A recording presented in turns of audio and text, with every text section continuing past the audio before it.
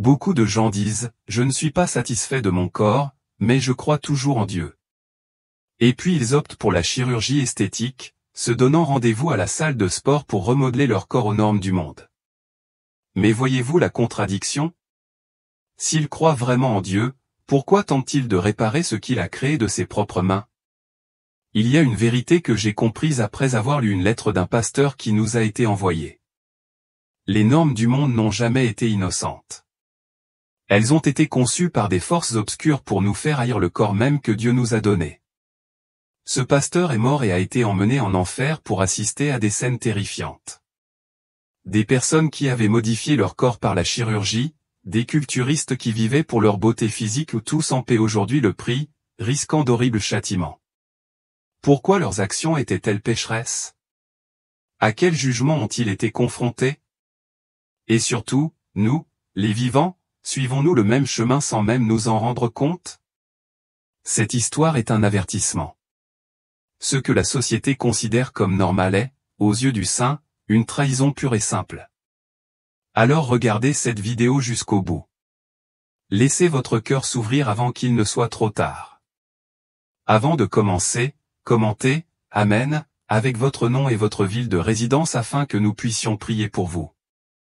Et pour ceux qui nous soutiennent par de grands remerciements, nous sommes sincèrement reconnaissants. Nous croyons que Dieu voit votre cœur et qu'il déversera d'abondantes bénédictions sur votre acte d'obéissance.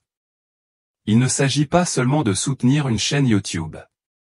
C'est un acte de semence dans votre propre vie, un pas en avant dans le plan divin de Dieu pour vous. N'oubliez pas, rien de ce qui est fait en son nom ne s'oublie jamais. Et n'oubliez pas de vous abonner pour que nous puissions continuer à répandre la vérité en ces derniers jours. Maintenant, écoutons le puissant témoignage de ce pasteur. Je m'appelle Caleb Ward. J'ai 59 ans et je suis pasteur. Je dirige une petite église baptiste dans le sud des États-Unis depuis de nombreuses années. Mon église est située dans une ville paisible où tout le monde se connaît comme une famille. J'étais un homme discipliné, je me maintenais en bonne santé grâce à des séances régulières de sport, car je croyais que prendre soin de son corps était une façon d'honorer Dieu. Mon ancien pasteur me le disait souvent, et je l'ai toujours vécu. Mais ces dernières années, j'ai commencé à me sentir mal à l'aise. De nombreuses femmes de la congrégation, qui vivaient autrefois simplement, se tournaient désormais vers la chirurgie esthétique. Elles se faisaient poser des implants mammaires, augmenter leurs fesses, faire une liposuction, remodeler leur mâchoire, tatouer leurs lèvres comme si l'apparence était primordiale. Je les voyais discuter de leurs interventions après le culte, rire et sourire, mais mon cœur était troublé. Je me suis demandé si c'était vraiment ce que Dieu désirait. Je me suis observé, moi qui tirais autrefois fierté de mon physique sculpté, et je me suis demandé si je ne comportais pas la même erreur. Chaque soir, je m'agenouillais près de mon lit, j'ouvrais la Bible et demandais au Seigneur de m'éclairer. Mais plus je priais, plus je devenais agité, comme si un murmure m'avertissait que quelque chose n'allait pas. Je voulais m'exprimer, mais je craignais d'être catalogué comme vieux jeu. Je craignais que mon église ne se retourne contre moi. Personne n'osait en parler et je me sentais seul là où je servais. J'ai donc décidé de consacrer 40 jours à prier et à chercher une réponse auprès de Dieu. Je n'ai pas jeûné, car je savais que Dieu regarde au cœur. Mais j'ai abandonné les réseaux sociaux, où des images de corps parfaits sont affichées à l'infini. J'ai arrêté d'aller à la salle de sport pour ne pas être distrait. Je suis resté seul dans ma chambre, avec seulement la Bible et mes prières. Léna, ma femme, me regarda avec inquiétude, mais me laissa tranquille. Elle savait que je cherchais quelque chose de plus profond. Durant ces 40 jours, j'ai lu les Écritures, écrit mes pensées et supplié Dieu de m'ouvrir les yeux. Je lui ai demandé de me montrer ce qui était juste. Mais à mesure que le jour final approchait, la peur s'est installée. Et si Dieu ne répondait pas? Et si je ne trouvais pas la voie, pourrais-je encore diriger l'Église? Le 40e soir, je me suis agenouillé, j'ai posé les mains sur la Bible et j'ai prié de tout mon cœur, sans jamais imaginer que cette nuit changerait ma vie à jamais. J'écris cette lettre pour partager mon parcours, en espérant que vous, frères et sœurs, réfléchirez avec moi. Dans les lettres à venir, je raconterai tout ce que Dieu m'a montré. La 40e nuit, je me suis agenouillé près de mon lit, la Bible ouverte devant moi. La pièce était silencieuse, ce silence qui pèse sur la poitrine. Je venais de terminer ma prière, demandant à Dieu de me révéler la vérité, lorsqu'une douleur aiguë et soudaine m'a transpercé la poitrine. Mon souffle s'est arrêté puis s'est arrêté, comme si une main invisible avait saisi mes poumons et m'avait lentement arraché la vie. Les contours de ma vision ont commencé à se brouiller, et une obscurité froide et pesante s'est installée comme une marée montante. Je ne savais pas si j'étais mourant ou déjà mort. Je savais seulement que la peur m'envahissait comme une vague insurmontable. Je n'avais plus le temps d'appeler à l'aide, plus la force de bouger. Mes pensées devinrent des échos lointains, engloutis par une obscurité envahissante. Puis soudain, j'ouvris les yeux, mais le monde que je voyais n'était plus celui que je connaissais. Je me redressai, pleinement conscient, et baissai les yeux pour découvrir mon corps étendu, immobile, sur le lit. Mon visage était pâle, mes mains molles, mes yeux clos, comme si j'avais paisiblement disparu dans mon sommeil. J'essayais de parler, de crier, de tendre les bras et de me réveiller. Mais mes bras traversèrent l'air comme une brume. Je n'étais plus chair. J'étais un esprit suspendu au-dessus de la terre, flottant dans l'immobilité. Je n'avais plus de poids, plus de souffle, plus de chaleur. Pourtant, je sentais une pulsation, un battement de cœur qui venait d'au-delà du physique. C'était comme si ma conscience avait été soulevée hors du temps, séparée du monde que j'avais connu. J'étais vivante, mais pas comme je l'avais comprise auparavant. Puis, à la tête du lit, une lumière blanche et rayonnante surgit de l'obscurité. Elle n'était pas aveuglante, mais pure, constante, douce, comme une lanterne qui brille au milieu d'une nuit immense. Dès son apparition, une vague de paix m'envahit, faisant taire toute pensée anxieuse. La peur se dissipa comme si elle n'avait jamais existé. Bien qu'aucune silhouette ne se dressât devant moi, je percevais une présence dans la lumière, puissante, sainte et impérieuse. Une voix résonna, non pas avec un son, mais avec une autorité qui saisit mon âme. Elle m'appelait à la suivre, à me préparer à la vérité qui allait m'être révélée. Je n'hésitais pas, non pas parce que je comprenais, mais parce que cet appel résonnait en moi, au plus profond de moi-même, que je n'avais jamais touché. L'obscurité nous entourait, épaisse et froide, comme si l'on traversait une grotte sous terre. Pourtant, la lumière ne me quittait jamais.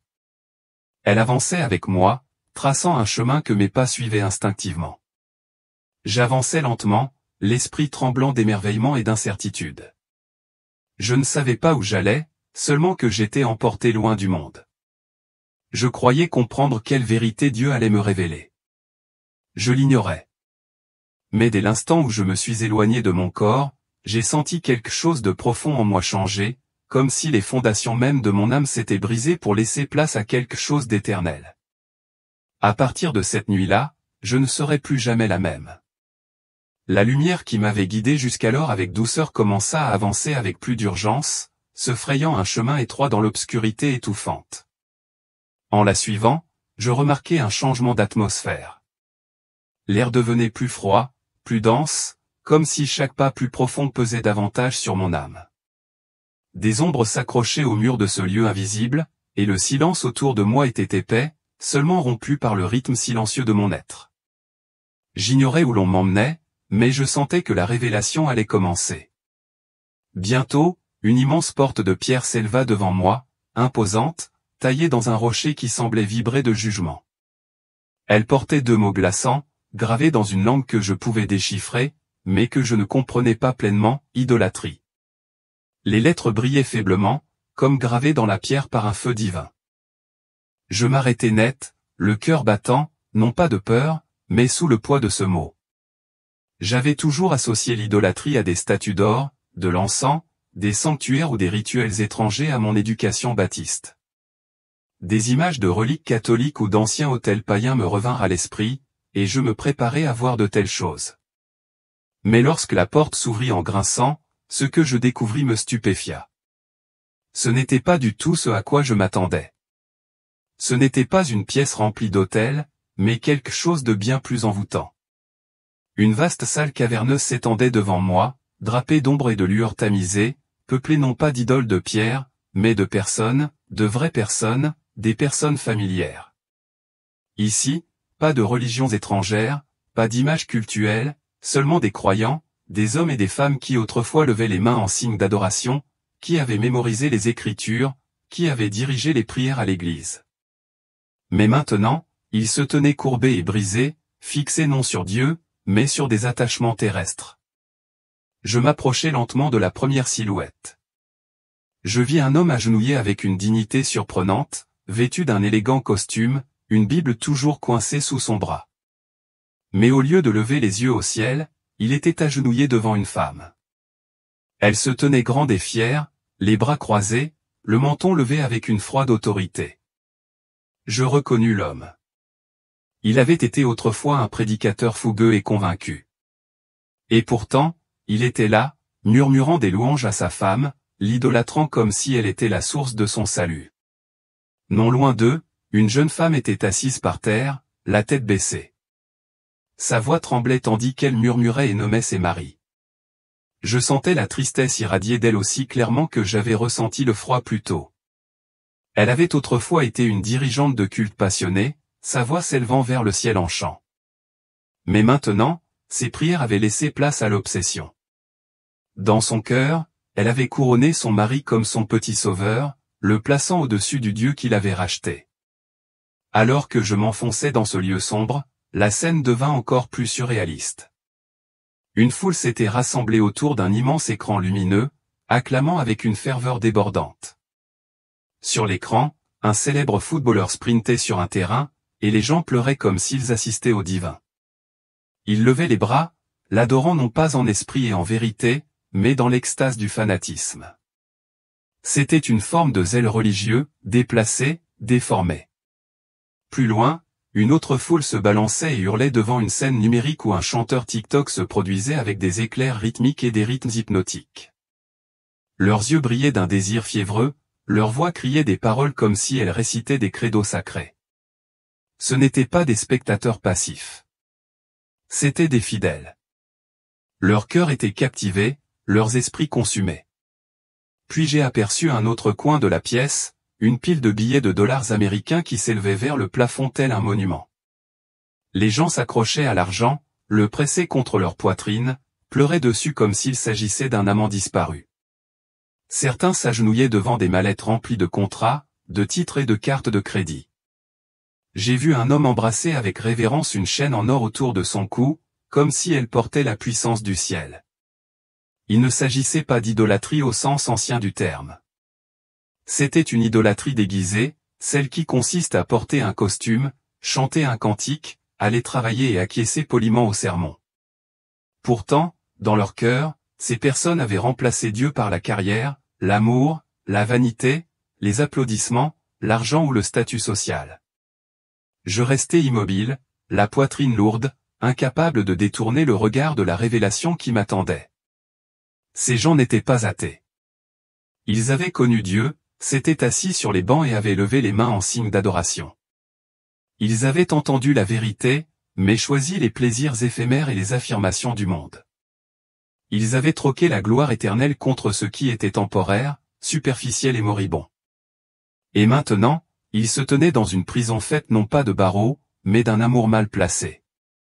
J'ai ressenti une profonde tristesse dans mon âme, et une question m'est venue, une question que je n'avais jamais osé poser. Avais-je jamais, ne serait-ce qu'un instant, placé quelque chose au-dessus de Dieu?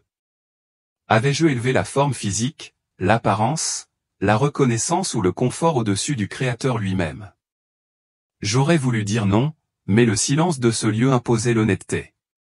Je ne pouvais répondre. À côté de moi, la lumière qui me guidait s'intensifiait, comme pour me pousser à avancer. Elle n'était pas condamnatrice, mais éclairante. Je savais que ce n'était que le début de ce que Dieu avait à me montrer. En me détournant de la scène, mes pas ralentirent, mes pensées s'alourdirent. Pour la première fois, j'ai vraiment compris que l'idolâtrie n'est pas toujours bruyante. Elle est souvent silencieuse, familière et mortelle. La lumière qui m'avait guidé dans le royaume précédent s'est alors transformée avec une grâce solennelle, m'éloignant de la chambre des idoles pour un lieu nouveau et inconnu. Dès que nous franchissions le seuil, l'atmosphère changea, non plus celle du feu ou du supplice comme auparavant, mais celle d'une suffocation bien plus intense. La pièce était plongée dans l'obscurité, non pas d'une manière terrifiante, mais d'une telle oppression intérieure, comme des mains invisibles enserrant ma poitrine. Ici, pas de cris, pas de flammes frétillantes, seulement un silence si épais qu'il semblait parler. Au centre de la pièce se tenait une famille, un père, une mère et 3 enfants, vêtus de leurs plus beaux habits du dimanche, comme s'ils se préparaient à aller à l'église. Mais malgré cette apparente unité, leurs expressions les trahissaient. L'air entre eux était fragile, comme du verre, prêt à se briser. Chacun d'eux se tenait raide, le regard fixé devant lui, mais déconnectés les uns des autres, comme si un mur d'émotion et d'incompréhension s'était érigé entre leurs cœurs. La plus jeune enfant attira d'abord mon attention. Une petite fille aux boucles dorées soigneusement attachées par un ruban rouge vif. Elle se tenait radieuse, le visage rayonnant d'innocence et de joie. Ses parents la serraient contre eux, leurs mains constamment tendues pour lisser sa robe, lui caresser les cheveux, la féliciter pour chaque petit geste.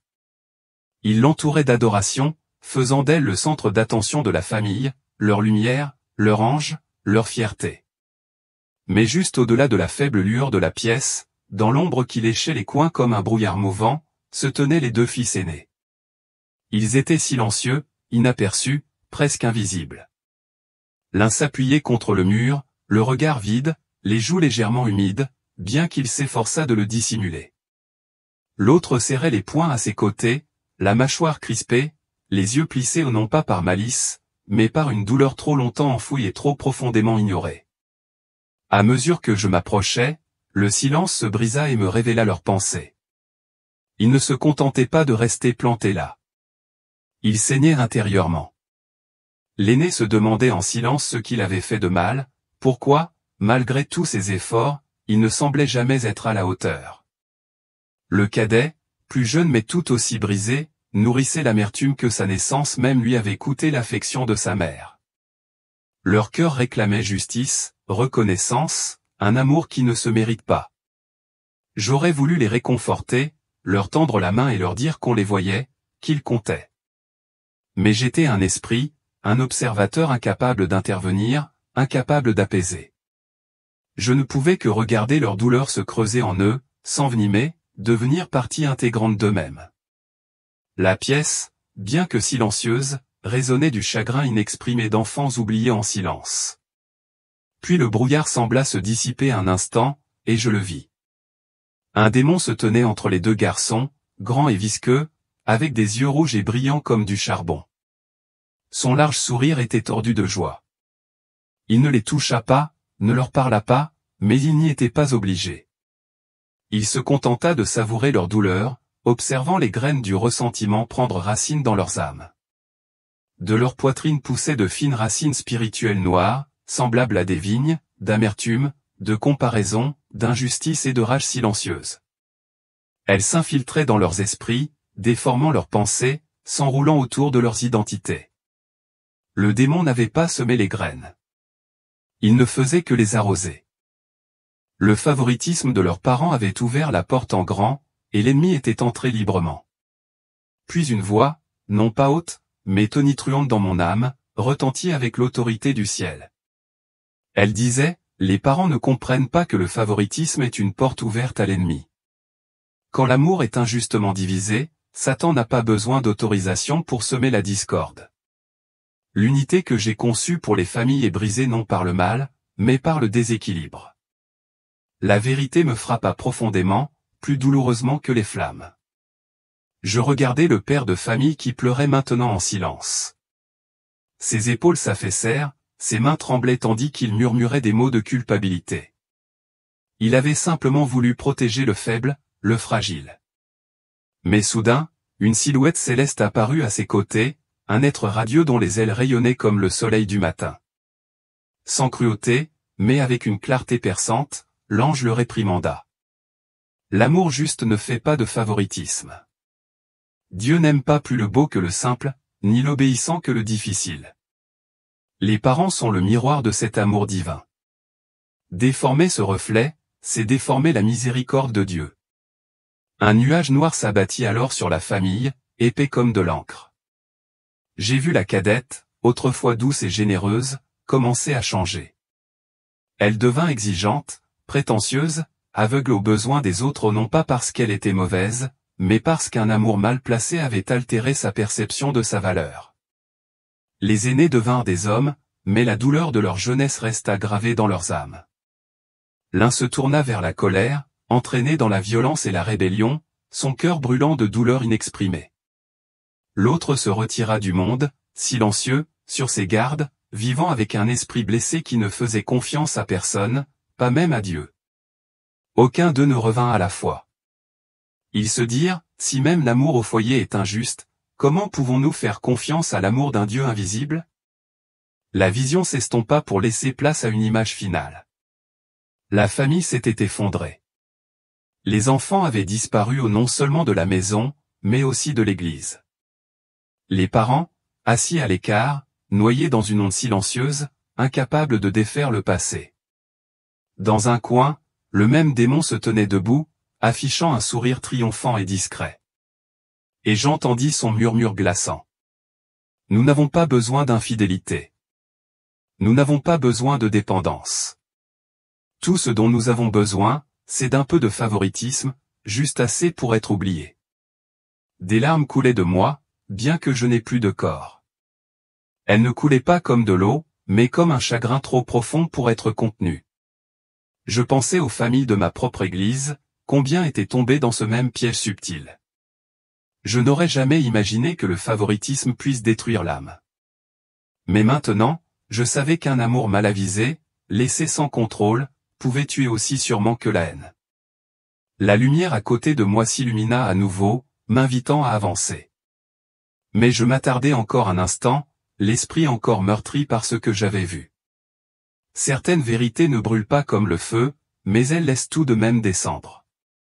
La lumière m'a éloigné du favoritisme familial, même si le chagrin des enfants abandonnés persistait dans mon esprit comme une ombre, s'accrochant à mes pensées.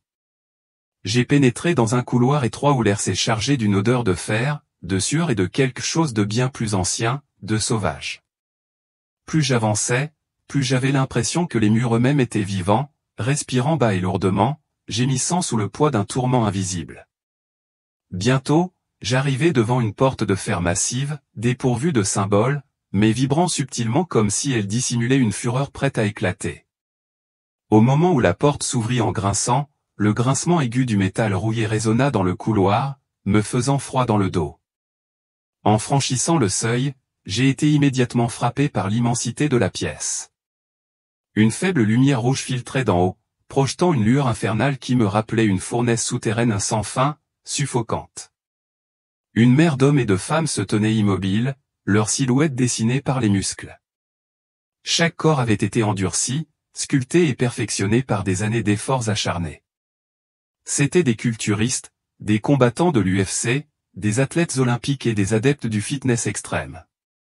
Leur identité reposait autrefois sur la force et l'admiration. Leur peau luisait comme si elles étaient à jamais prisonnières des derniers instants d'une compétition, la sueur perlant sur leur front. Je reconnaissais leur posture, leur fierté, la façon dont ils avaient autrefois captivé l'attention par leur domination physique. J'avais été l'un d'eux, non pas en compétition, mais en esprit. Je m'étais admiré dans le miroir, fléchi de satisfaction, savourant les compliments sur ma forme et ma discipline. Soudain, des formes sombres se sont déplacées entre eux, d'imposants démons aux membres allongés, leurs griffes luisantes comme des lames forgées dans l'obscurité. Ils se déplaçaient avec une précision inquiétante, sans moquerie ni rage, mais exécutant méthodiquement un châtiment fixé de longue date. Un démon s'approcha d'un homme aux biceps brillants et à la poitrine solide, debout tel une statue, attendant son jugement. Sans hésiter, il enfonça ses griffes dans sa chair, tranchant net ses muscles, et commença à arracher des lambeaux de tendons. L'homme ne cria pas. Ses yeux étaient vides, comme si toute trace d'humain en lui avait depuis longtemps disparu. Morceau par morceau, ses muscles furent arrachés, projetés comme des déchets, atterrissant avec un claquement et s'éhurant sur le sol maculé de sang. Je me retournai et vis une femme, au corps impeccable comme celui d'un mannequin de fitness, se faire déchirer de la même manière. Ses abdominaux, ses bras, ses cuisses, tout était déchiré avec une violence mécanique. Pourtant, elle ne fit aucun bruit, fixant le vide avec une résignation engourdie. J'aurais voulu me détourner, fuir l'horreur, mais la lumière à côté de moi me retenait, non pas par la force, mais par la vérité. Mon estomac se tordait, non pas à cause du sang, mais d'une prise de conscience plus profonde. Ces gens n'étaient pas punis pour avoir pris soin de leur santé. C'étaient des gens qui avaient fait du corps leur Dieu, qui avaient vécu pour le miroir, pour la louange, pour la domination et pour le culte de la chair sur l'esprit. Des souvenirs refirent surface, moi devant le miroir, ajustant ma posture, admirant chaque nouveau contour de mes muscles, sentant la fierté m'envahir quand quelqu'un me complimentait. J'avais cru honorer Dieu par la discipline. Mais était-ce vraiment de la discipline ou de l'orgueil déguisé en piété? La lumière devint plus chaude, plus vive, comme pour répondre à ma question silencieuse. Elle ne condamnait ni n'excusait, elle révélait. Puis une voix perça l'air, calme mais implacable, comme gravée dans les murs. Ils ont été créés à mon image, mais ils ont choisi l'image déformée de l'ennemi. Ces mots furent une lame qui transperça mon esprit. Je compris que ces gens avaient rejeté le dessein divin, refusant l'équilibre et la dignité de leur forme originelle, poursuivant plutôt une illusion façonnée par le trompeur. Satan avait établi un faux modèle de valeur, assimilant force et valeur, apparence et identité, domination et but, et il l'avait suivi. J'ai vu des combattants de MMA qui rugissaient autrefois dans des cages d'acier, maintenant gémir sous les griffes des démons. J'ai vu des champions olympiques, autrefois acclamés par des millions de personnes, réduits à l'état de tas de chair tremblante et de silence. Je restais là, déchiré intérieurement. J'avais cru autrefois que faire du sport était honorer le temple du Saint-Esprit. Mais où était la frontière entre l'intendance et l'auto-adoration? L'avais-je franchie? Avais-je moi aussi modelé mon corps non pas pour glorifier Dieu, mais pour me glorifier moi-même? La lumière à côté de moi brillait encore plus fort, non pas pour m'aveugler, mais pour me tirer vers l'avant, loin de l'odeur du sang et des muscles idolâtrés. Mais les images persistaient. Je voyais encore des corps déchiquetés, des abdominaux déchirés, des bras mutilés, des flaques de sang imbibant le sol sous les pieds de ceux qui avaient autrefois gravi les podiums. Ce jugement ne commençait pas par un péché à la salle de sport. Il commençait par l'orgueil devant le miroir. Je savais que je devais aller de l'avant. Dieu avait encore beaucoup à me montrer. Mais je quittais cet endroit transformé, le miroir de mes propres motivations s'ouvrant grand. La lumière m'éloigna du royaume du favoritisme familial. Bien que le chagrin des enfants abandonnés persistât dans mon esprit comme une ombre accrochée à mes pensées, je pénétrai dans un couloir étroit où l'air se chargeait d'une odeur de fer, de sueur et de quelque chose de bien plus ancien, de sauvage. Plus j'avançais, plus j'avais l'impression que les murs eux-mêmes étaient vivants, respirant bas et lourdement, gémissant sous le poids d'un tourment invisible. Bientôt, j'arrivai devant une porte de fer massive, dépourvue de symboles, mais vibrant subtilement comme si elle dissimulait une fureur prête à éclater. Au moment où la porte s'ouvrit en grinçant, le grincement aigu du métal rouillé résonna dans le couloir, me faisant froid dans le dos. En franchissant le seuil, je fus immédiatement frappé par l'immensité de la pièce. Une faible lumière rouge filtrait d'en haut, projetant une lueur infernale qui me rappelait une fournaise souterraine sans fin, suffocante. Une mer d'hommes et de femmes se tenaient immobiles, leurs silhouettes dessinées par les muscles, chaque corps endurci, sculpté et perfectionné par des années d'efforts obsessionnels. Ils étaient culturistes, combattants de l'UFC, athlètes olympiques et adeptes du fitness extrême. Leur identité reposait autrefois sur la force et l'admiration. Leur peau luisait comme si elles étaient à jamais prisonnières des derniers instants d'une compétition, la sueur perlant sur leur front.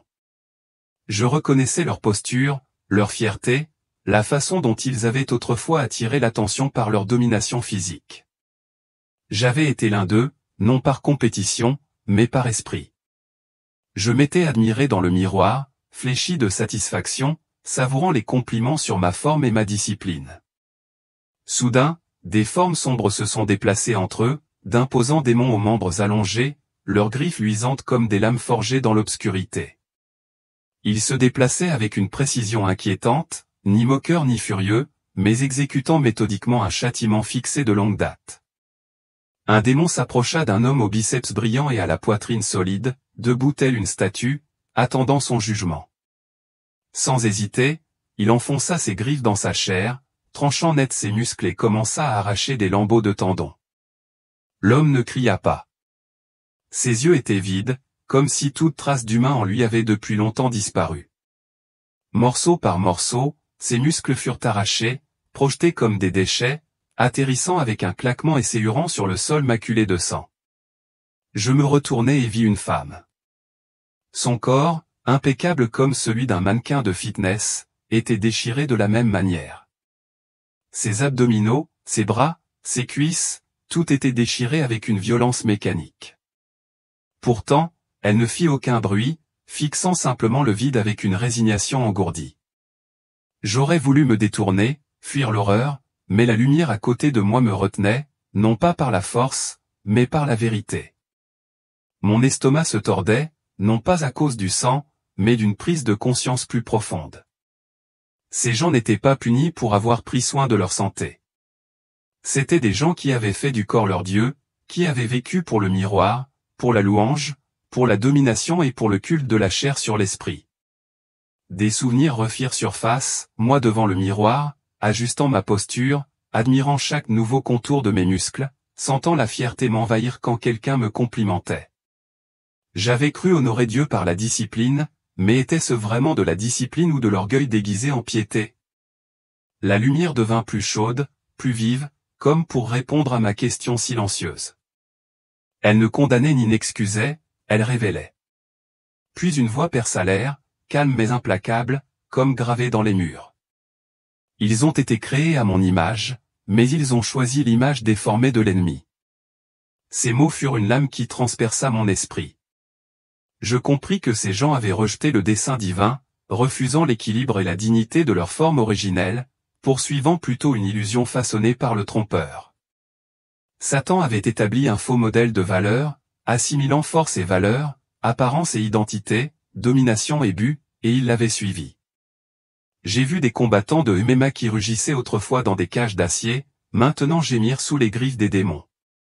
J'ai vu des champions olympiques, autrefois acclamés par des millions de personnes, réduits à l'état de tas de chair tremblante et de silence. Je restais là, déchiré intérieurement. J'avais cru autrefois que faire du sport était honorer le temple du Saint-Esprit. Mais où était la frontière entre l'intendance et l'auto-adoration? L'avais-je franchie? Avais-je moi aussi modelé mon corps non pas pour glorifier Dieu, mais pour me glorifier moi-même? La lumière à côté de moi brillait encore plus fort, non pas pour m'aveugler, mais pour me tirer vers l'avant, loin de l'odeur du sang et des muscles idolâtrés. Mais les images persistaient. Je voyais encore des corps déchiquetés, des abdominaux déchirés, des bras mutilés, des flaques de sang imbibant le sol sous les pieds de ceux qui avaient autrefois gravi les podiums. Ce jugement ne commençait pas par un péché à la salle de sport. Il commençait par l'orgueil devant le miroir. Je savais que je devais aller de l'avant. Dieu avait encore beaucoup à me montrer. Mais je quittais cet endroit changé, le miroir de mes propres motivations s'ouvrant grand. Je quittais la chambre des poupées, encore secouée par les images brisées gravées dans ma mémoire. La lumière me guida à travers un long couloir, l'air devenant plus suffocant à chaque pas. Il y régnait un parfum doux mais étrange, comme des fleurs fanées mêlées de fumée. Devant moi apparut une vieille porte en bois, vierge de toute inscription, mais sa surface était brûlée et décolorée, comme léchée par les flammes. La porte s'ouvrit en grinçant, révélant un univers totalement différent, où la beauté extérieure était devenue une arme des ténèbres. La pièce était faiblement éclairée par des torchers accrochés au mur de pierre, dont la lumière vacillante dansait sur des étagères remplies de bouteilles et de bocaux. J'ai vu des crèmes pour la peau, des shampoings, des parfums, des rouges à lèvres, le tout soigneusement disposé comme dans une vitrine de boutique. Mais ce n'était pas un magasin. Un démon, mince et anguleux, se tenait au centre de la pièce, tenant un flacon de parfum. Il ouvrit le bouchon, libérant une douce fragrance, mais avec elle, un filet de fumée noire, ondulant comme un serpent dans l'air. La fumée se dirigea vers une femme proche et s'infiltra dans son corps. Tandis qu'elle marchait, une vapeur sombre s'échappa de sa peau, se répandant à l'extérieur et infectant les esprits qui l'entouraient. Leurs yeux devinrent vitreux, leurs esprits fascinés. Je compris avec horreur qu'il s'agissait d'une séduction, mais pas d'origine humaine. C'était démoniaque. Je restai figé, et un verset d'Isaïe 3h24 me vint à l'esprit, au lieu de parfum, il y aura la puanteur. Au lieu de beauté, la décomposition. Cette odeur n'apportait pas la vie. Elle attirait les gens dans un piège. J'observai un autre groupe de démons s'approcher de mannequins sans vie, les aspergeant de crème et de shampoing selon un rituel. Chaque fois qu'ils appliquaient un produit, ils scandaient des paroles incompréhensibles comme s'ils lançaient des sorts. Je tremblais, comprenant maintenant que ces objets n'étaient pas de simples cosmétiques. C'étaient des outils des ténèbres conçus pour enchanter et piéger l'esprit des humains. Dans un coin de la pièce se tenait une femme en mini-jupe, ses jambes lisses bien exposées. Autrefois, elle les avait épilées, soignait chaque détail pour attirer le regard. Mais un démon s'approcha d'elle. De ses griffes acérées, il lui déchira les jambes. Elle ne cria pas, tremblant seulement, comme si elle avait accepté son sort depuis longtemps. Non loin de là, une jeune femme aux sourcils parfaitement taillés attira l'attention d'un autre démon. Il tendit la main et lui creva les yeux en murmurant froidement, « Tu as rejeté le visage que je t'ai donné. » Je détournai la tête, mais le supplice continuait. Ces femmes, autrefois admirées pour leur séduction, étaient maintenant détruites par ce qu'elles avaient autrefois de plus cher. Puis j'ai vu un groupe d'hommes, torse glabre, jambes rasées, peau brillante comme polie. Ils avaient autrefois soigné leur corps avec soin, comme je l'avais fait autrefois pour mériter des éloges. Un autre démon apparut devant eux. Sa forme était déformée, sa voix stridente et moqueuse. « Vous avez fait ma volonté. » Il les torturait non pas avec des lames, mais en déformant leur esprit, en tordant leurs pensées jusqu'à ce qu'ils se tordent d'agonie spirituelle. J'ai réalisé avec effroi que quiconque, homme ou femme, se servirait de son apparence pour séduire ou se glorifier tomberait aux mains de l'ennemi. J'étais bouleversé. Des souvenirs me sont revenus, des moments où j'avais vu des sœurs à l'église porter des jupes courtes et des parfums odorants, ou des frères exhiber leurs muscles étincelants. J'avais autrefois pensé que c'était inoffensif, un moyen de me sentir en confiance. Mais maintenant, je voyais la vérité. De telles choses pouvaient ouvrir les portes des ténèbres et nous éloigner de Dieu. La lumière à côté de moi brillait doucement, m'incitant à continuer. Je suis sorti de la pièce, mais les images me suivaient, gravées au plus profond de mon âme. Je savais que le Seigneur m'enseignait quelque chose de profond, ne change pas ce qu'il a créé. Ne laisse pas l'ennemi s'emparer de ce qui appartient à Dieu. J'espérais seulement avoir la chance de revenir et d'avertir l'Église avant qu'il ne soit trop tard, avant que la beauté ne devienne un piège. La lumière m'entraîna hors de la pièce, emplie de fumée noire et d'un parfum envoûtant, me guidant dans un long couloir si silencieux que j'en avais la chair de poule. L'air devenait plus chaud à chaque pas, comme si je m'approchais d'une fournaise ardente. Devant moi apparaissait une grande porte en chêne, sa surface sculptée de motifs qui ressemblaient à des pages d'écriture, sauf qu'elles étaient tordues, déformées, comme si quelqu'un avait délibérément déformé la vérité. La porte s'ouvrit en grinçant, et je pénétrai dans un lieu qui me pesa aussitôt. La pièce était vaste, remplie de chair en pierre disposée en rangées solennelles, telle une cathédrale majestueuse. À chaque chaire se tenait un pasteur, une Bible serrée à la main, le regard vide et creux. J'en ai reconnu quelques-uns, des visages que j'avais déjà croisés lors de conférences des hommes qui avaient prêché avec passion et autorité. C'étaient les hommes que je respectais autrefois, des chefs qui avaient guidé des centaines d'âmes. Mais maintenant, ils étaient figés, sans vie, comme des statues depuis longtemps oubliées. J'ai approché un pasteur en particulier, autrefois réputé pour ses sermons percutants sur la sainteté. Son passé s'est déroulé devant moi comme un livre ouvert par des mains invisibles. Dans ses jeunes années, il prêchait avec audace, n'hésitant pas à parler du péché, du jugement et de la crainte du Seigneur. Mais à mesure que sa congrégation grandissait, la pression augmentait également. Les gens commencèrent à se plaindre. Il était trop dur, trop rigide. Ils voulaient des paroles plus douces, une église qui ressemble plus à un divertissement qu'à une conviction. Craignant des bancs vides et une diminution du nombre de fidèles, il entreprit de changer. Il supprima les sermons sur l'enfer, proclamant que Dieu n'était qu'amour, jamais jugement. Il déforma les Écritures, ne sélectionnant que les versets qui plaisaient à la foule, ignorant ceux qui mettaient en garde et corrigeaient. La vérité était diluée, déformée pour correspondre à ce que les gens voulaient entendre. Et à chaque compromis, son autorité s'estompait, non aux yeux des hommes, mais aux yeux du ciel. Je me suis tourné vers un autre pasteur, un ancien ami. Il autorisait le divorce, affirmant que Dieu comprendrait les mariages malheureux. Il autorisait les couples à vivre ensemble sans se marier, affirmant que l'amour comptait plus que l'alliance. Je le regardais, debout derrière la chaire, prêchant toujours, mais ses paroles étaient désormais creuses. L'esprit avait disparu, remplacé par le bruit. Son église était pleine, mais les âmes à l'intérieur étaient sèches, éloignées du Dieu qu'elle croyait connaître. Soudain, la salle se mit à trembler. Des flammes jaillirent de sous le sol de pierre, rougeoyantes et d'une chaleur insupportable. Elles ne se propagèrent pas au hasard, mais s'élevèrent avec détermination, engloutissant chaque chair, chaque pasteur un par un. Aucun d'eux ne criait. Aucun ne courait. Ils restaient simplement immobiles, consumés par le feu. Et dans leurs yeux, je lisais une souffrance plus profonde non pas due à la brûlure, mais à la prise de conscience qu'ils avaient abandonné la chose la plus précieuse, la vérité divine. Ils avaient choisi de plaire aux hommes plutôt que d'obéir à celui qui les appelait. Je restais immobile, accablé de chagrin. J'ai pensé à moi-même, au moment où j'évitais de parler ouvertement du péché, de peur que mon Église ne l'apprécie. Je pensais faire preuve de sagesse et de stratégie pour maintenir l'engagement des gens. Mais maintenant, en voyant des pasteurs se consumer, j'ai compris que déformer la vérité, c'est trahir le Seigneur. La honte m'envahissait, mais la gratitude aussi.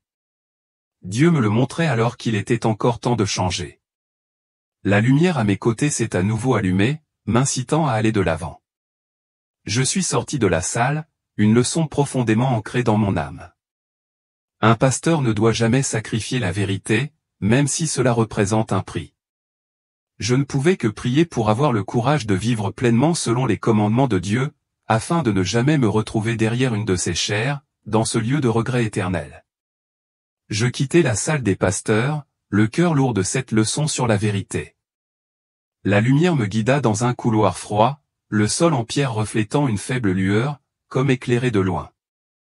L'air transportait l'odeur du vieux papier et du métal, comme si j'entrais dans un coffre-fort ou des archives.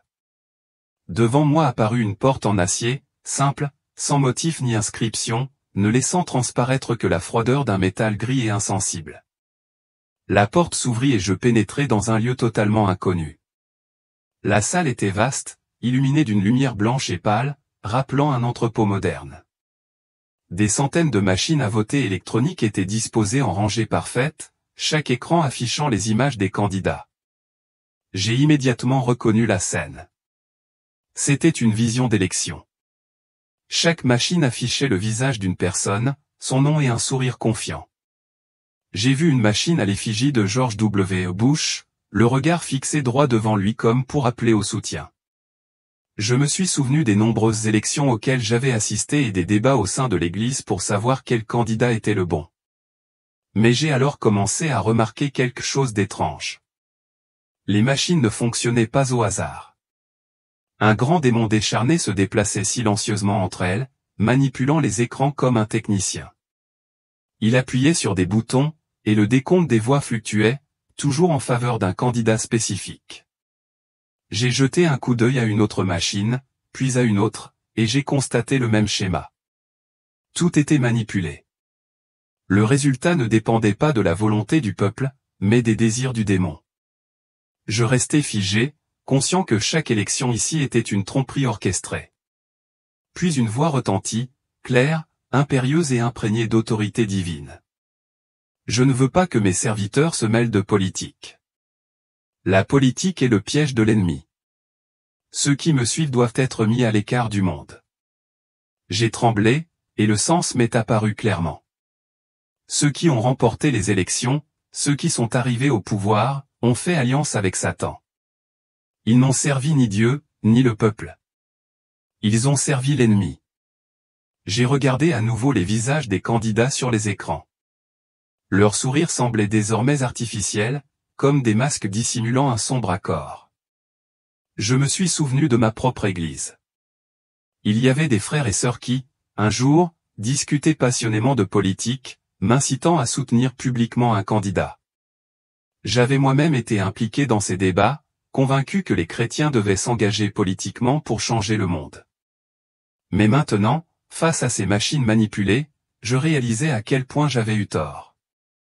Je me souvenais du Nouveau Testament, où Jésus refusait de devenir roi terrestre et où les apôtres ne s'impliquaient jamais dans les affaires des gouvernements. Pas un seul verset des Écritures n'enseigne que les chrétiens devraient prendre part à la politique. J'ai compris que la politique était le terrain de jeu de Satan, où il contrôlait les résultats et éloignait les gens de Dieu. J'étais là, partagé et le cœur brisé. J'avais cru autrefois que les élections étaient une voie vers la justice, mais je voyais maintenant qu'elles n'étaient qu'un élément d'un plan plus vaste, un piège destiné à piéger même le peuple de Dieu. La lumière à côté de moi s'est allumée, m'incitant doucement à avancer. Je suis sorti de la pièce, emportant avec moi une vérité qui m'accompagnerait à jamais. Ceux qui suivent le Christ doivent rester séparés du monde, ne pas se laisser diviser ou tenter par la politique.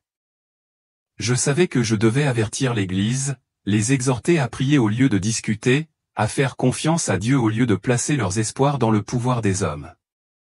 Après tout ce que j'avais vu, mon âme était comme emmêlée. J'avais vu l'idolâtrie, le favoritisme, la beauté artificielle, la doctrine déformée et la manipulation politique.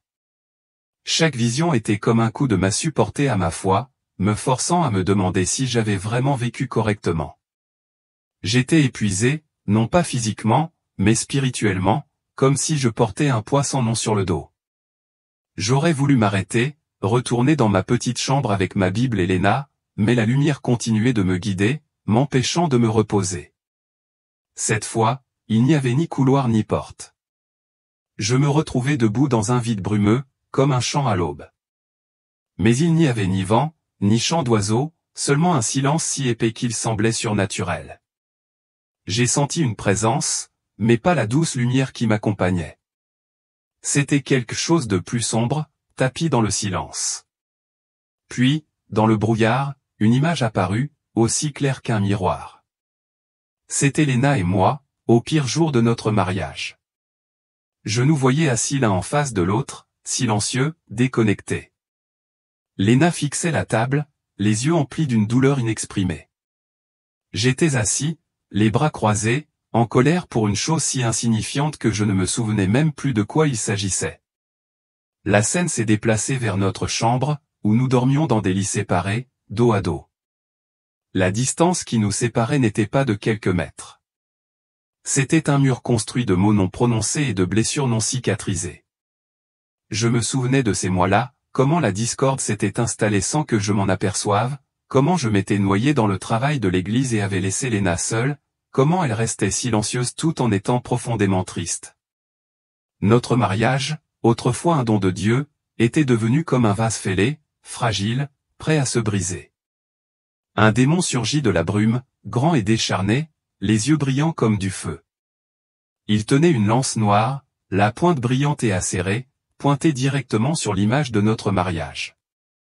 J'aurais voulu courir vers lui, le repousser, mais mes pieds étaient cloués au sol. Le démon leva sa lance, et je compris qu'il ne visait pas seulement nous, mais tous les couples qui avaient conclu une alliance devant Dieu. C'était le démon du divorce, le destructeur des vœux sacrés. Tandis que la lance s'élançait, des souvenirs me submergeaient, des moments où je reprochais à Léna de ne pas me comprendre, où elle pleurait seule dans la cuisine. J'ai alors compris que nous avions laissé ce démon semer la division depuis longtemps. Au moment où la lance allait frapper, une explosion de lumière éclata comme le soleil levant. Elle intercepta l'arme, forçant le démon à grogner et à reculer tandis que la lance se réduisait en poussière. Cette lumière m'enveloppa, chaude, féroce, protectrice telle l'étreinte de Dieu lui-même. L'image de notre mariage brisé s'est estompée, et je me suis senti soulevé à travers des couches de brume jusqu'à un lieu de lumière. Devant moi se tenait Jésus-Christ, ses yeux emplis à la fois d'amour et de sainte sévérité. Je suis tombé à genoux, les larmes aux yeux, sachant qu'il avait sauvé notre mariage de ce démon. Et maintenant, il m'appelait à me réveiller. Je restais là, submergé par le repentir. J'avais laissé des disputes mesquines nous éloigner, Léna et moi. J'avais oublié que le mariage est une alliance, pas un contrat, un vœu sacré fait devant le Seigneur. Je savais que je devais revenir. Je devais réparer ce qui avait été brisé et avertir l'Église du démon qui rôde silencieusement, prêt à détruire les familles. La lumière est restée à mes côtés, me guidant. Mais maintenant, j'avançais avec une détermination renouvelée.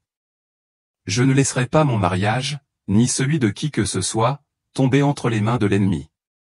Après que la lumière radieuse eut intercepté la lance du démon du divorce, je me sentis soulevé non pas avec force, mais avec une grâce si douce qu'elle me rappela un oiseau s'élevant doucement dans le vent. Le brouillard se dissipa, l'obscurité s'enfuit. Je n'étais plus dans un lieu de tourment, mais dans un royaume si vaste et si brillant que j'avais l'impression d'avoir pénétré dans le premier matin de la création. Le ciel s'étendait à perte de vue au-dessus de moi, doux comme un lever de soleil doré, épargné par le chagrin. Et l'air lui-même était chargé d'une sainteté qui enveloppait mon âme comme un vêtement de paix. La lumière qui m'entourait ne m'aveuglait pas, elle m'enveloppait. Elle était chaleureuse, radieuse et vivante, pénétrant chaque fibre de mon être avec une tendresse que les mots ne peuvent pleinement exprimer. J'ai immédiatement su que je me trouvais dans un royaume sacré, un lieu où la présence de Dieu était non seulement proche, mais omniprésente. Ce n'était pas le paradis tel que je l'avais imaginé, mais quelque chose d'encore plus pur, une salle du trône de vérité. Devant moi, une silhouette apparut, grande, majestueuse, vêtue d'une gloire qu'aucun œil humain ne pouvait pleinement percevoir. Je ne pouvais distinguer clairement son visage, voilé de lumière, mais ses yeux à eux seuls, suffirent à me mettre à genoux. Dans ce regard, je sentais le poids de l'amour parfait et de la justice inébranlable, mêlé à une sainte sévérité qui me pénétrait au plus profond de moi-même. C'était Jésus. Et à cet instant, j'ai su que j'étais pleinement connu.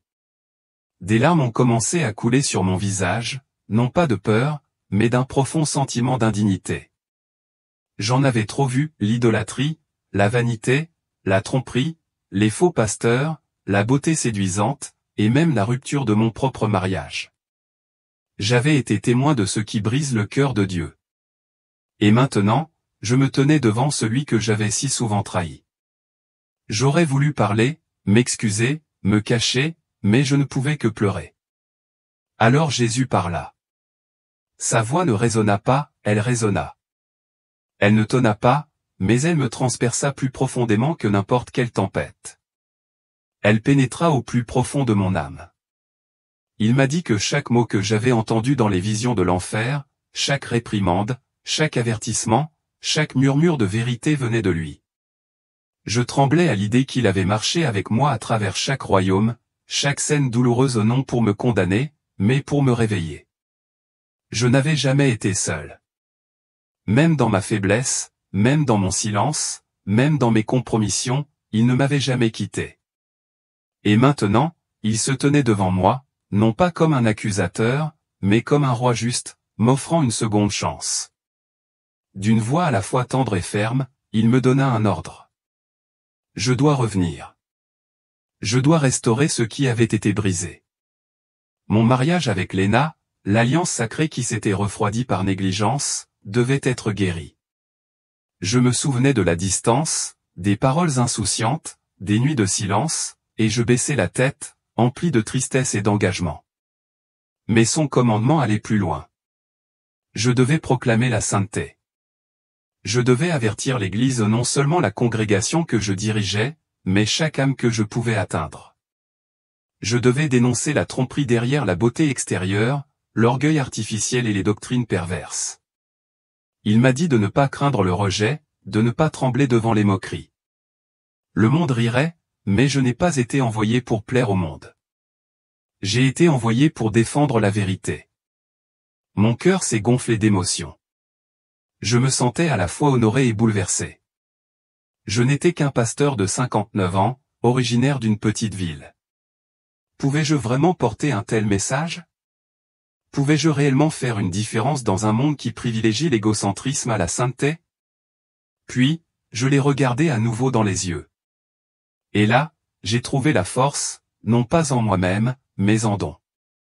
Son regard a allumé en moi une flamme nouvelle, non pas le feu du jugement que j'avais vu en enfer, mais le feu sacré de l'esprit, brûlant de détermination, de mission, d'amour. Je n'avais plus peur de la tâche, j'avais hâte de commencer. La lumière autour de moi commença à bouger, tourbillonnant doucement, se préparant à me ramener au monde des vivants. Je savais que je retournerais à mon lit, à mon église, à l'ENA, mais je ne reviendrais pas le même homme. J'ai regardé Jésus une dernière fois, et bien que je ne dise rien à voix haute, il a entendu ma soumission. Il a lu au plus profond de mon cœur. Je porterai ses paroles comme un flambeau. J'avancerai, non pas avec ma force, mais avec la sienne. Je reprendrai mon mariage, ma vocation et ma vie. Et cette fois, je ne me détournerai pas. Cette fois, je ne me tairai pas. Cette fois, je ne vivrai que pour celui qui m'a tout donné. Lorsque la douce lumière me libéra pour revenir, j'ouvris les yeux et me retrouvai allongé dans mon lit, dans la chambre familière que j'avais toujours connue. Tout était pareil, la vieille armoire en bois, la Bible sur la table et le clair de lune filtrant à travers le rideau. Mais je n'étais plus le même homme. Les visions de l'enfer, les paroles de Jésus, tout cela était gravé dans mon âme. Je me suis retourné et j'ai vu Léna endormie sur l'autre lit, à quelques pas. Pourtant, la distance qui nous séparait était insurmontable. Nous étions si éloignés depuis longtemps, non seulement physiquement, mais aussi spirituellement. J'étais allongé là, le cœur brisé, me remémorant le commandement du Seigneur, reconstruisez votre mariage. Je regardais Léna, les cheveux en bataille, la respiration régulière, mais je savais que derrière ce calme se cachaient des blessures qu'elle avait portées en silence. Nous nous étions disputés, ignorés pendant des jours, et avions laissé des broutilles ériger des murs entre nous. Je me souvenais des nuits où nous dormions d'un sommeil léger, moi en short, Léna en haut fin et en short. Nous pensions que c'était normal, confortable. Mais maintenant, après tout ce que j'avais vu, je réalisais que nous avions tort. Cette nuit-là, je n'ai pas pu dormir. Je me suis redressé, agenouillé près du lit et j'ai prié Dieu de me guider. En fermant les yeux, j'ai senti une présence glaciale. Je les ai rouverts, et il était là, dans l'obscurité, un démon, petit mais terrifiant, étendu entre nos deux lits. Ses yeux brillaient, se moquant de la distance que nous lui avions laissé grandir. Je tremblais en me remémorant le démon du divorce de la vision. Il n'avait besoin ni de parler ni d'agir. Sa seule présence, se nourrissant de notre division, suffisait à nous détruire. J'ai jeté un coup d'œil à Léna. Elle se retourna, marmonnant dans son sommeil, visiblement perturbée par un cauchemar. Je savais que c'était un démon. Le lendemain matin, j'ai réveillé Léna tôt. Elle était surprise, nous parlions rarement gentiment le matin. Je lui ai parlé de la vision, du démon entre nos lits, de ce que le Seigneur avait dit. Léna écoutait, les yeux embués de larmes. Elle avoua qu'elle aussi avait été mal à l'aise, que dormir nu lui avait donné des rêves troublants. Nous avons décidé sur le champ de changer. Nous avons convenu de nous habiller pudiquement le soir, non par peur, mais par respect pour Dieu et pour la protection de notre mariage. J'ai enfilé des manches longues et un pantalon long. Léna a choisi une chemise de nuit qui la couvrait. Avant de dormir, nous nous sommes agenouillés, nous nous sommes tenus la main et avons prié Dieu de nous couvrir. Cette première nuit après le changement, j'ai senti une différence. Le froid entre les lits avait disparu, et les cauchemars aussi. J'ai regardé Léna. Elle dormait paisiblement, un doux sourire aux lèvres. Je savais que le démon était parti, non pas parce que nous étions forts, mais parce que nous avions placé le Christ au centre. J'étais là, pleine de gratitude. Notre mariage n'était pas parfait, mais je voyais de l'espoir. Nous avions recommencé, étape par étape, avec Dieu comme guide.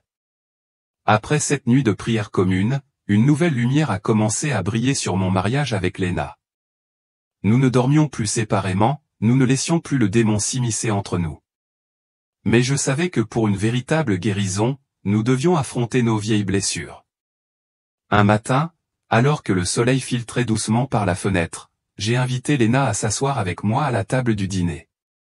Pas de café, pas de Bible, juste nous deux, prêts à ouvrir nos cœurs. Je l'ai regardée dans les yeux et j'y ai vu de l'hésitation, mais aussi une lueur d'espoir. J'ai commencé à parler, mais Léna a levé la main et m'a demandé de passer la première. Elle a baissé la tête, la voix tremblante, et m'a avoué qu'elle avait autrefois envisagé de divorcer. J'étais sous le choc, comme si quelqu'un m'avait poignardé en pleine poitrine. Elle m'a dit que pendant ces mois de conflit, elle s'était sentie complètement seule, comme si je n'étais plus l'homme qu'elle avait aimé. Elle avait consulté un avocat et même rédigé les papiers, mais n'avait jamais trouvé le courage de les envoyer. Je restais assise en silence, incapable de parler, ressentant seulement une douleur dans la poitrine. Léna continua, me racontant qu'elle avait un jour suivi les conseils d'un ancien pasteur qui lui avait conseillé de se tailler les sourcils et de se maquiller abondamment pour me faire plaisir. Elle obéit, espérant me rapprocher, mais finit par se sentir étrangère à elle-même. Elle marqua une pause, les larmes ruisselant sur ses joues. Elle raconta ensuite une nuit où elle priait seule et où un ange apparut. La lumière des ailes de l'ange emplit la pièce, mais sa voix était ferme et solennelle. L'ange lui dit qu'elle devait assumer ses propres choix, que même un pasteur ne pouvait pas vivre sa vie ni se tenir devant Dieu à sa place. Elle réalisa qu'elle avait eu tort de blâmer les autres, de laisser quelqu'un d'autre définir sa valeur. La confession de Léna me fit l'effet d'un poids sur la poitrine. Je lui pris la main, et c'était à mon tour de parler. J'ai avoué ma propre dureté de cœur. J'avais négligé Léna, laissant mes responsabilités religieuses prendre le pas sur mon amour pour elle. J'avais cru autrefois tout faire pour Dieu. Mais en vérité, j'avais laissé l'orgueil m'aveugler. Je me suis excusé pour les fois où je l'avais blessée, pour les nuits où je restais silencieux au lieu de l'écouter. Nous étions assis là, les larmes coulant, non pas de douleur, mais de soulagement. Nous nous sommes agenouillés, nous nous sommes tenus la main et avons prié Dieu pour son pardon. Une paix régnait dans la pièce, comme si le Seigneur lui-même avait posé ses mains sur nous. Léna se souvint d'un moment passé, sa voix s'étant adoucie. Elle parla du jour où elle avait porté une robe rouge moulante à l'église. Je l'avais prévenue que ce n'était pas convenable, mais elle l'ignora, me trouvant trop rigide. Elle admit avoir apprécié l'attention et les compliments que cela lui avait valu, mais après avoir entendu mes visions, elle décida de brûler la robe. Tandis que les flammes montaient, elle vit une ombre d'un démon séduisant émerger du vêtement et se consumer dans le feu. Elle tremblait en me le racontant, mais était reconnaissante que Dieu lui ait ouvert les yeux. Nous nous sommes levés et nous nous sommes enlacés pour la première fois depuis des mois, nous sentant à nouveau vraiment proches. Notre mariage portait encore des cicatrices, mais nous avions choisi le pardon. Nous avions choisi de prendre un nouveau départ. Je savais que le chemin ne serait pas facile, mais avec le Seigneur comme guide, nous surmonterions cette épreuve. Ma seule prière était désormais que mon Église découvre aussi la repentance et la réconciliation que nous avions trouvées. Je me souviens encore très bien du moment où Léna m'a raconté ce que l'ange lui avait dit cette nuit-là, après notre réconciliation. Elle était assise en face de moi, les yeux brillants d'un mélange de repentir et de peur. Elle m'a raconté qu'un soir, pendant sa prière, alors qu'elle s'agenouillait et implorait le pardon du Seigneur pour les années d'égarement, un ange est apparu. La lumière de ses ailes a illuminé toute la pièce, mais sa voix était sévère, lui transperçant le cœur comme une lame. Regarde encore ta garde-robe. Ce à quoi tu t'accroches est une porte ouverte à Satan. Tu te dis délivré, mais ton cœur s'accroche encore à ce qui appartient au monde. Léna m'a conduite à son placard où elle avait autrefois rangé des tenues qu'elle croyait inoffensives.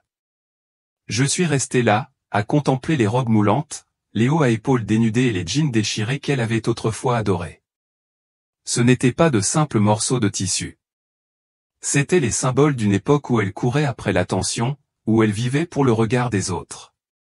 Elle a admis que même si elle avait pris la décision de changer, une partie d'elle-même avait encore du mal à les laisser partir. Ils sont magnifiques, Caleb, a-t-elle dit d'une voix tremblante. Avant, je pensais qu'ils me donnaient confiance en moi, qu'ils me permettaient de me démarquer. Mais maintenant, je comprends qu'ils ne viennent pas de Dieu. Je me suis souvenu de ce que j'avais vu dans mes visions, des démons utilisant la beauté extérieure comme une arme, la mode comme un outil pour transformer les gens en instruments des ténèbres. J'ai pris la main de Léna, sentant ses doigts tremblants, et nous nous sommes agenouillés l'une contre l'autre, juste devant son armoire. J'ai ouvert la Bible et lu à voix haute 2 Corinthiens 5h17, « Si quelqu'un est en Christ, il est une nouvelle créature. Les choses anciennes sont passées, voici, toutes choses sont nouvelles. » La parole de Dieu brûlait comme un feu, illuminant nos cœurs. J'ai regardé Léna et j'ai dit, si nous sommes vraiment de nouvelles créatures, nous ne pouvons pas nous accrocher aux choses du passé. Ce ne sont pas que des vêtements. Ce sont des liens qui nous lient encore au monde et à l'ennemi. Nous avons commencé à faire le ménage. Léna a pris chaque robe, chaque chemisier, et les a pliés dans un grand sac. Elle n'a pas pleuré, mais je voyais bien que ses yeux étaient rouges, comme si elle se libérait d'une partie d'elle-même. J'ai aussi regardé mon propre placard. J'avais conservé des chemises moulantes et des pantalons tailleurs qui mettaient mes muscles en valeur. Je pensais que c'était inoffensif, que cela me donnait simplement confiance en chair. Mais maintenant, après toutes ces visions, je réalisais que tout ce qui détournait ma valeur des autres plutôt que de Dieu était une porte ouverte à Satan. Nous avons porté le sac de vêtements jusqu'au jardin, où un petit feu avait déjà été préparé. Léna a allumé la flamme et, à mesure qu'elle montait, elle y a jeté chaque vêtement un par un. Lorsque la robe rouge moulante, celle-là même qu'elle portait autrefois pour attirer l'attention à l'église, a touché le feu, j'ai vu quelque chose d'étrange. Une silhouette sombre a émergé des flammes, petite mais terrifiante, les yeux brillants comme des braises. Elle a poussé un cri perçant comme si elle se consumait avec la robe, puis s'est évanouie dans les airs. Léna serra ma main fermement et murmura, « Caleb, tu l'as vu ? » C'est ce qui m'a accroché. J'acquiesçai, le cœur battant. Je savais que c'était le démon de la séduction, celui qui avait autrefois utilisé son apparence pour semer la tentation. Alors que le feu s'éteignait, ne laissant derrière lui que des cendres, nous étions là, éprouvant une nouvelle liberté. Léna se tourna vers moi, un doux sourire aux lèvres. « Je n'éprouve plus aucun regret, » dit-elle. « Je veux porter ce qui honore Dieu, pas ce qui attire le regard. » Je la serrai dans mes bras, reconnaissante que Dieu nous ait ouvert les yeux. Nous convînmes qu'à partir de maintenant, nos vêtements seraient simples, modestes, non pas pour attirer l'attention, mais pour refléter la sainteté que Dieu désire. Mais je savais que cette leçon ne s'adressait pas qu'à nous. J'ai pensé à mon église, aux sœurs qui portaient encore des vêtements moulants, aux frères qui soignaient leur apparence pour être admirés. J'étais resté silencieux jusqu'alors, de peur d'être perçu comme quelqu'un qui porte un jugement. Mais maintenant, je savais que je devais parler, non pas pour condamner, mais pour avertir que même des choses apparemment anodines peuvent être une porte ouverte à l'ennemi. Un flacon de parfum, une coiffure, peuvent devenir des portes ouvertes à l'ennemi. J'ai prié Dieu de m'accorder la sagesse nécessaire pour partager ce message avec mon Église, sans blesser personne, mais en les rapprochant de lui. De retour à la maison, Léna s'est assise et a dressé la liste des changements que nous souhaitions apporter. Il ne s'agissait pas seulement de vêtements, mais de notre mode de vie. Nous avons décidé de nous débarrasser des magazines de mode et des émissions de télévision qui glorifiaient la beauté extérieure. Nous voulions que notre maison soit un sanctuaire pour Dieu, et non un lieu où le monde pourrait s'immiscer. J'ai senti un nouveau feu dans mon cœur. Non pas un feu qui détruit, mais un feu qui illumine. Nous avions coupé le lien qui nous reliait au monde, et je savais que ce n'était que la première étape de notre nouveau voyage. Après avoir brûlé nos vieilles robes et nos vieux vêtements, Léna et moi avions l'impression d'avoir franchi une nouvelle porte. Notre mariage, autrefois brisé, commençait à guérir, non par nos propres forces, mais par la grâce de Dieu. Pourtant, je savais qu'un véritable renouveau exigeait plus que des changements extérieurs. Nous devions placer Dieu au centre et réapprendre à nous aimer et à nous honorer comme au début. Un après-midi, alors que le soleil doré entrait par la fenêtre, j'ai invité Léna à faire une promenade. Nous avons flâné le long du sentier derrière notre maison, où les vieux chênes projetaient leur douce ombre. Je lui ai tenu la main, ressentant la chaleur de son toucher ou une chaleur que j'avais oublié de chérir depuis bien trop longtemps. Nous n'avons pas beaucoup parlé. Nous savourions simplement le calme et la beauté de la création. Le balancement des branches et le chant des oiseaux semblaient murmurer la perfection du dessein de Dieu. Je me suis souvenu du psaume 19h1, les cieux racontent la gloire de Dieu, les nus proclament l'œuvre de ses mains. La nature nous rappelait que la vraie joie ne vient pas de l'argent, du statut social ou de l'apparence, mais de l'unité avec Dieu et les uns avec les autres. Nous avons commencé à consacrer du temps à adorer Dieu ensemble. Chaque matin, avant que je prépare mes sermons, nous nous asseyions à table, ouvrions la Bible, lisions et partagions. Léna choisissait souvent des versets sur l'amour et le pardon, comme Éphésiens 4h32, « Soyez bons et compatissants les uns envers les autres, vous pardonnant réciproquement, comme Dieu vous a pardonné en Christ. » Ces paroles étaient comme de l'eau fraîche, rafraîchissant nos âmes. Nous avons appris à partager non seulement nos joies, mais aussi nos blessures et nos échecs. Je me suis confié à Léna sur les pressions que je ressentais en tant que pasteur et sur la peur d'être rejeté par l'Église. Elle m'a écouté sans me juger et m'a raconté les jours où elle se sentait invisible, même à mes côtés. Nous avons également redéfini nos priorités. Auparavant, je plaçais le travail dans l'Église au-dessus de tout, pensant que c'était ma façon de servir Dieu. Mais maintenant, je réalise que Dieu veut que je sois d'abord un mari, et seulement ensuite un pasteur. J'ai commencé à passer du temps avec Léna, non seulement pendant la prière, mais aussi dans les petits moments. Nous cuisinions ensemble, rions en faisant la vaisselle et nous nous asseyions sur la véranda pour admirer le coucher du soleil. Un jour, je lui ai fait la surprise de lui offrir un bouquet de fleurs sauvages cueillies dans les champs. Elle avait un sourire radieux, telle une mariée le jour de ses noces. « Caleb, tu n'as pas fait ça depuis que nous nous sommes mariés, dit-elle, les yeux brillants. Je la serrai contre moi, reconnaissant que Dieu m'ait donné la chance d'arranger les choses. Notre bonheur ne dépend plus des choses du monde. Nous n'avons plus besoin d'une nouvelle voiture, d'une belle maison ou de la reconnaissance des autres. Nous trouvions la joie dans l'unité, en plaçant Dieu avant tout. Chaque soir, nous nous agenouillons ensemble, priant le Seigneur de protéger notre mariage et de nous protéger des tentations de l'ennemi. Je me souviens souvent de la vision du démon du divorce, et je sais qu'un instant de négligence peut l'attirer comme un voleur, mais avec le Christ au centre, nous avons la force de lutter. J'ai également commencé à partager ces changements avec notre Église. Dans un sermon, j'ai parlé de mon parcours avec Léna, de la façon dont nous avons laissé le monde s'immiscer dans notre mariage et de la façon dont Dieu nous a réunis.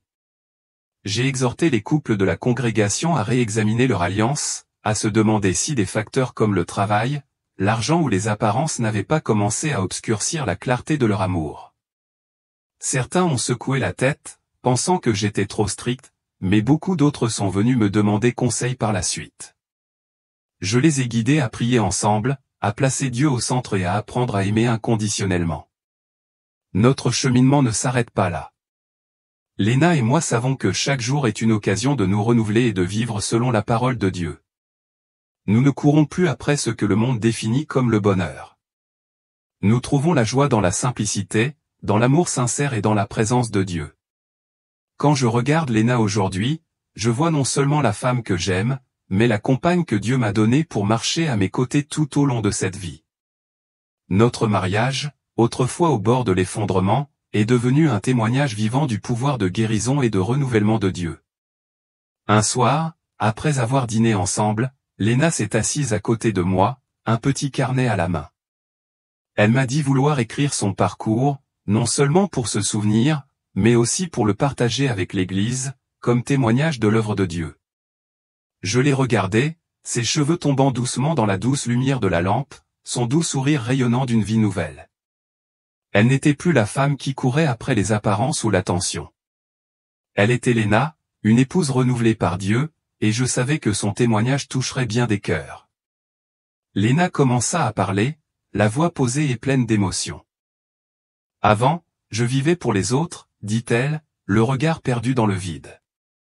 Je croyais que ma valeur résidait dans le regard des gens, dans les compliments, dans la façon dont les yeux de Caleb s'illuminaient quand je portais une belle robe ou que je me maquillais avec soin. J'avais tort. Je laissais le monde me définir au lieu de laisser Dieu, mon Créateur, le faire.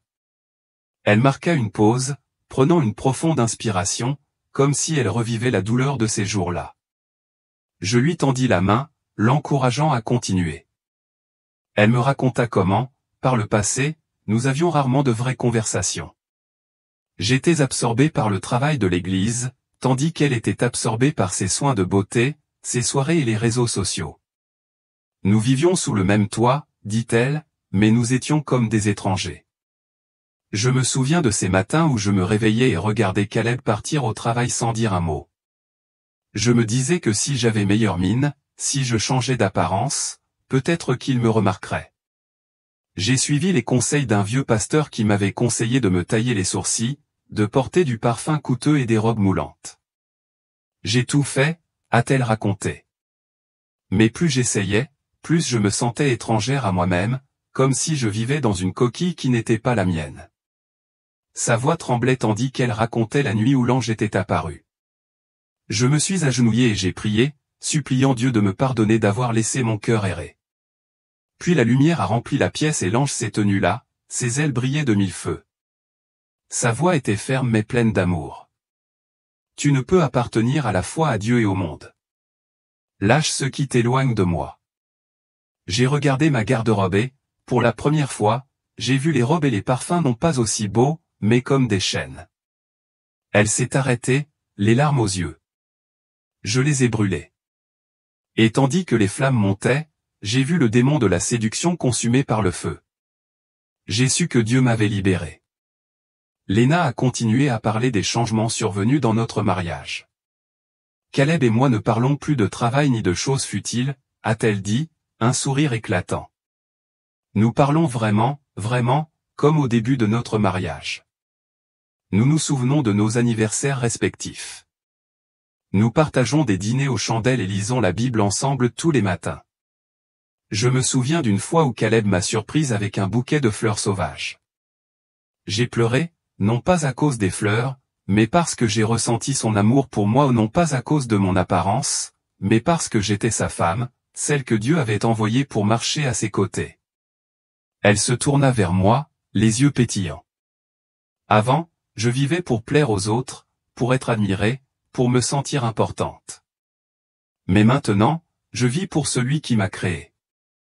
Et pour Caleb, l'époux que Dieu m'a donné pour qu'il m'aime comme il se doit non pas à la manière du monde, mais à la sienne. Ces paroles étaient comme un hymne, résonnant dans mon cœur. J'étais si reconnaissante, non seulement parce que Dieu avait sauvé notre mariage, mais aussi parce qu'il avait renouvelé Léna, la transformant en une femme forte dans la foi. Léna a conclu son témoignage par un appel aux autres. Elle souhaitait s'adresser aux femmes de l'Église, en particulier à celles qui recherchent encore l'apparence ou l'approbation humaine. Ne laissez pas le monde vous définir, a-t-elle dit. Dieu vous a créé à son image, et c'est la plus belle chose que vous possédiez. Ne laissez pas une robe, un flacon de parfum ou un compliment vous éloigner de lui. Trouvez votre valeur en Dieu, dans votre alliance avec lui et avec celui qu'il vous a donné pour vivre cette vie. Lorsque Léna a lu son témoignage lors d'une réunion à l'église, le silence est tombé. J'ai vu des larmes couler sur les visages de nombreuses femmes et des hochements de tête d'approbation de la part des hommes. Quelques personnes sont venues voir Léna par la suite, lui demandant de prier pour elle afin qu'elles puissent, elles aussi, connaître la même liberté qu'elle. Je me tenais là, le cœur rempli de gratitude. Le témoignage de Léna ne se limitait pas à son histoire. Il rappelait que Dieu peut renouveler quiconque est prêt à abandonner le monde et à le placer au centre. Le témoignage du pasteur Caleb Ward est terminé. Cette histoire de mort imminente n'est ni un vague rêve, ni une histoire exagérée. C'est un témoignage profond et édifiant qui dévoile des réalités spirituelles que beaucoup d'entre nous n'ont jamais osé affronter. Il a été descendu en enfer pour assister au jugement réservé à ceux qui idolâtrent le corps, sont obsédés par leur apparence, altèrent leur forme divine, compromettent la saine doctrine et s'enlisent dans les systèmes politiques du monde. À travers elle, nous sommes confrontés à une vérité fondamentale. ce que la société moderne considère comme normal, le saint le perçoit comme une trahison de son dessein originel. Cette histoire ne vise pas à condamner les femmes ou les hommes pour leur apparence, mais plutôt à appeler à la repentance profonde, celle des cœurs qui ont oublié qui est Dieu et pourquoi nous avons été créés. Nous croyons que Dieu a permis que ce témoignage soit révélé à cette génération, non pas pour semer la peur, mais pour ouvrir les yeux, éveiller les cœurs et ramener son peuple à la vérité. Dans un monde rempli de tromperies, la vérité n'a jamais été aussi précieuse. Et chacun de nous doit se demander, de quelle gloire est-ce que je reflète? Celle de Dieu ou la mienne? Eternal Bible Stories vous invite sincèrement à examiner votre cœur et à choisir une vie consacrée, sainte, non pour la gloire ni pour une beauté passagère, mais pour l'amour éternel de celui qui a racheté votre âme.